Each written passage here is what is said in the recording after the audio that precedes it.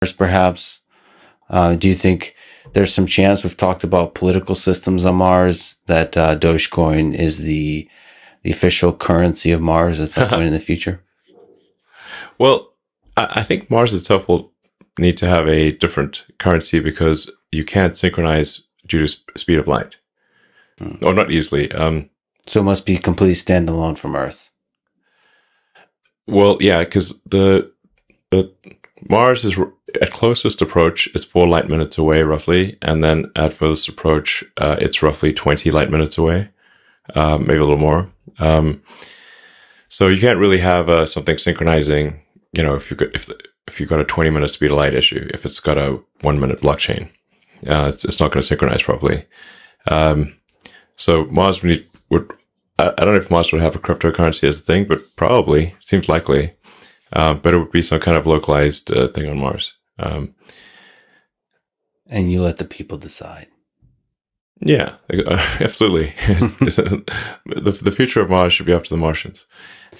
Yeah, so I mean, I think the cryptocurrency thing is an interesting approach to reducing the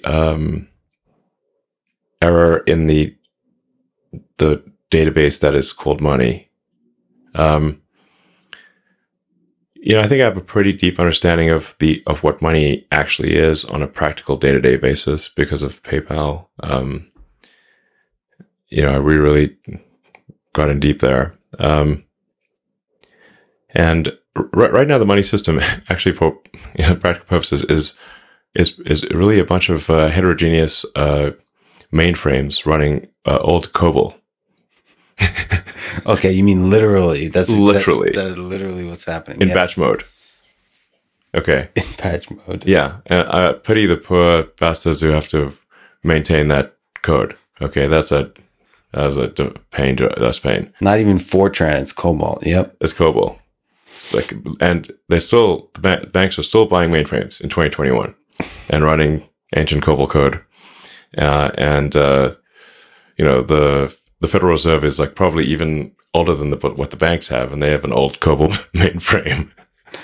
And so now, so the government effectively has editing privileges on the money database, and they use those editing privileges to make more money whenever they want, and this increases the error in the database that is money. So I think money should really be viewed through the lens of information theory, and so it's kind of like an internet connection. Like, what's the bandwidth? Total bit rate. What is the latency, jitter, packet drop? Errors in the network communication. So think money like that, basically. I think that's probably the right way to think of it, and then say what system, from an information theory standpoint, allows an economy to function the best, crypto is an attempt to reduce the error in money that is contributed by governments diluting the money supply as basically a pernicious form of taxation. So both policy in terms of with inflation and actual like technological cobalt, like cryptocurrency takes us into the 21st century in terms of the actual systems that allow you to do the transaction, to store wealth, all those kinds of things. Like I said, just think of money as information. People often will think of money as having power in and of itself. It does not. Money is information, and it does not have power in and of itself. Again, applying the physics tools of thinking about things in the limit is helpful. If you are stranded on a tropical island, and you have $1 trillion, it's useless because there's no resource allocation. Money is a database for resource allocation, but there's no resources to allocate except yourself. So money is useless.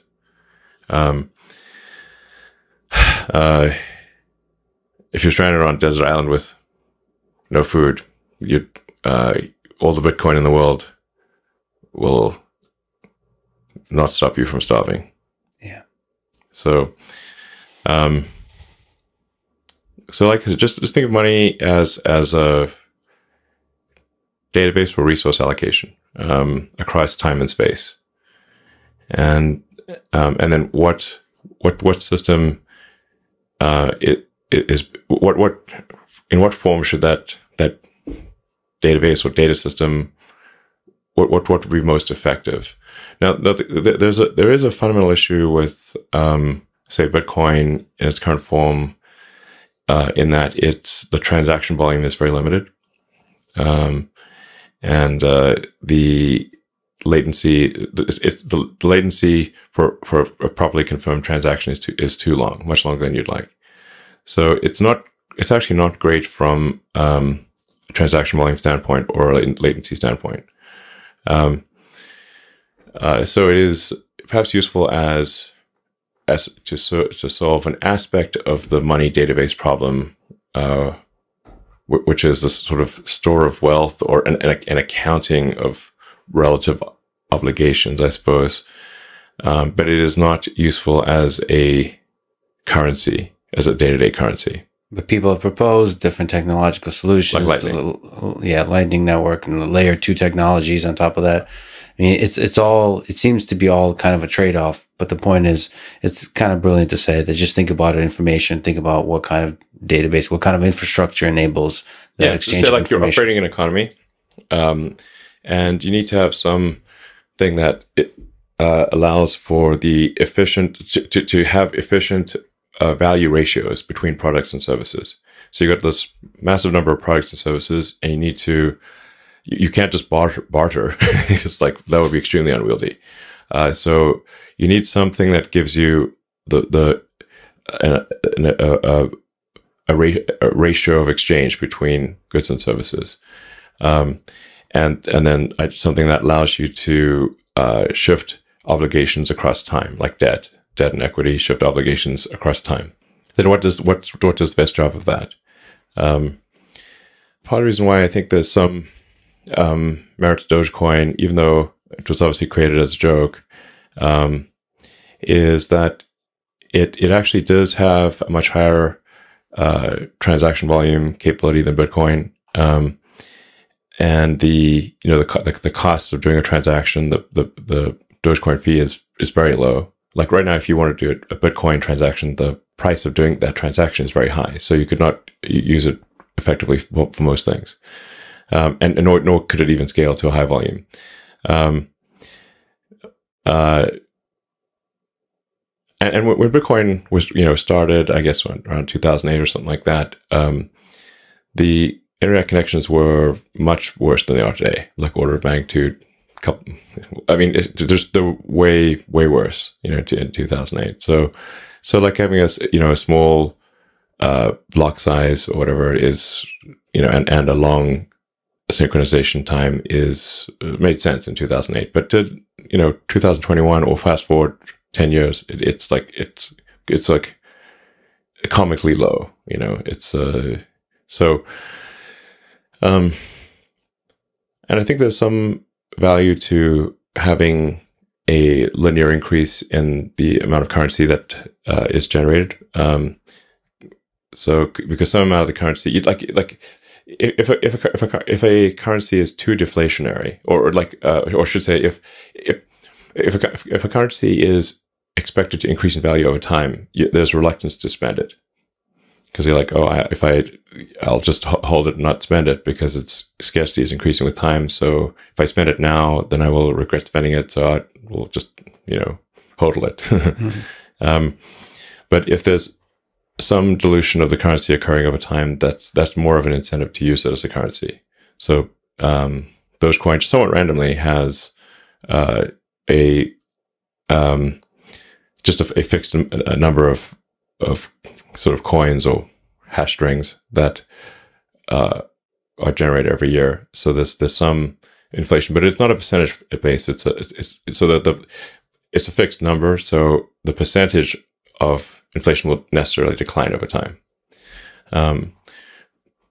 So I'm not saying that it's like the ideal system for a currency, but I think it actually is just fundamentally better than anything else I've seen, just by accident.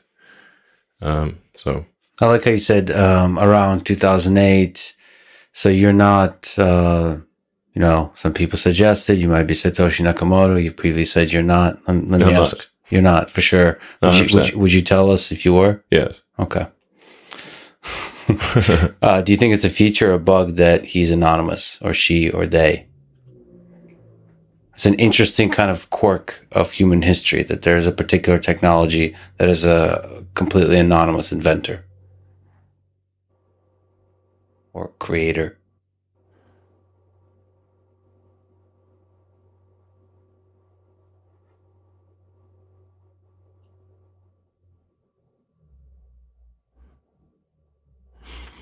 Well, I mean, you can look at the evolution of ideas before the launch of Bitcoin and see who wrote, about those ideas, and then I don't know exactly. Obviously, I don't know who created Bitcoin for practical purposes, but the evolution of ideas is pretty clear before that, and like it seems as though like Nick Szabo is probably more than anyone else responsible for the evolution of those ideas.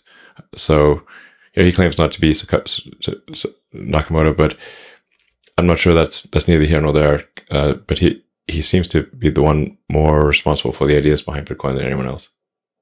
So it's not perhaps like singular figures aren't even as important as the figures involved in the evolution of ideas that led to a thing. So yeah, it's perhaps it's sad to think about history, but maybe most names would be forgotten anyway. What is a name anyway? It's a name attached to an idea. What does it even mean, really? I think Shakespeare had a thing about roses and stuff, whatever he said. Rose by any other name would smell sweet. I got Elon to quote Shakespeare.